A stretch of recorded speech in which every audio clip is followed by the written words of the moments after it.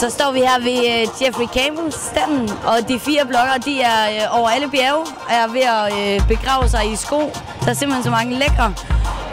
Og vi vil lige prøve at se, om de har fundet nogen, som er lige præcis deres favoritter.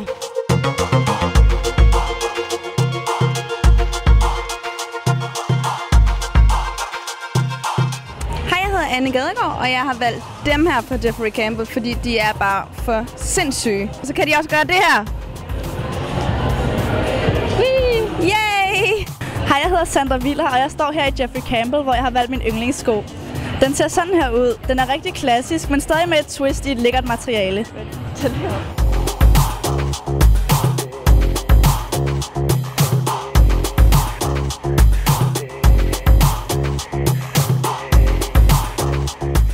Hej, jeg hedder Michelle Nielsen.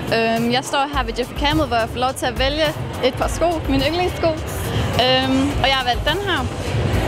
En støvle med en sølvhæl, og så er det cut-out, og det er bare den perfekte sko. Det er virkelig en, jeg har let efter i, jeg ved ikke hvor længe.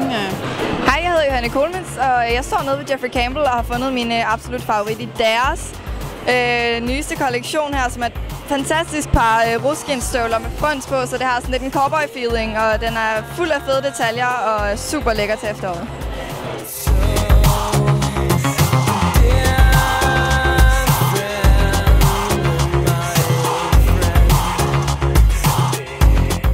Jeg kunne godt tænke mig lige at finde lidt ud af, hvad det er med Jeffrey Campbell. Hvad er det, der gør, at det er simpelthen blevet så super populært? Og det vil jeg lige snakke lidt med pigerne om nu. Altså, jeg har været stor fan af Jeffrey Campbell længe. Jeg ejer faktisk. Jeg har været oppe og eje omkring 7 par, og det, der tiltrak mig ved det, det var, altså, de er så nemme at gå i. Altså, plateauen er høj, og hælen er også høj, men det er simpelthen nogle af de nemmeste eller letteste stiletter, jeg har haft.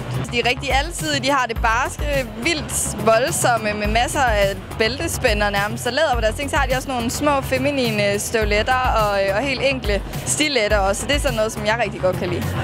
Og alt det, jeg kan lide, det er nogenlunde det samme som de andre. Men så synes jeg også, for mig betyder det rigtig meget, at sådan hele indpakningen og bare den måde, brandet, det image, der er blevet skabt omkring det er. Jeg tror, at grund til, at Jeffrey Campbell er blevet så populær, det er, fordi der er jo til alle forskellige typer mennesker, så det tror jeg, det er derfor. Men jeg tror også, det hele det er sådan lidt blevet sagt.